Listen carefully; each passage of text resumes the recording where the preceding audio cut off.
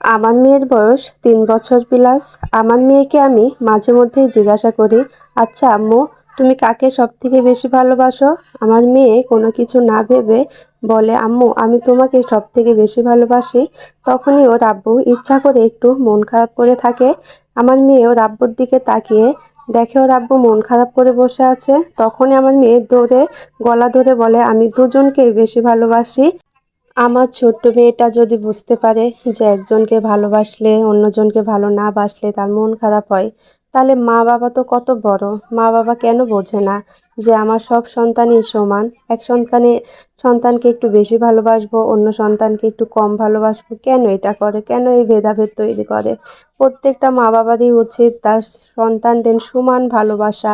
তা নাইতে এক ছেলে মেয়ে ভালো, আপনার এক সন্তানকে আপনি বেশি ভালোবাসবেন, অন্য সন্তানকে যদি আপনি অবহেলা করে দূরে সরিয়ে দিবেন, তাহলে মানুষও সেই সন্তানটাকে অবহেলা করবে, দূরে সরে দিবে। তাই বলি, আপনি প্রত্যেকটা সন্তানকেই সমান ভালোবাসেন।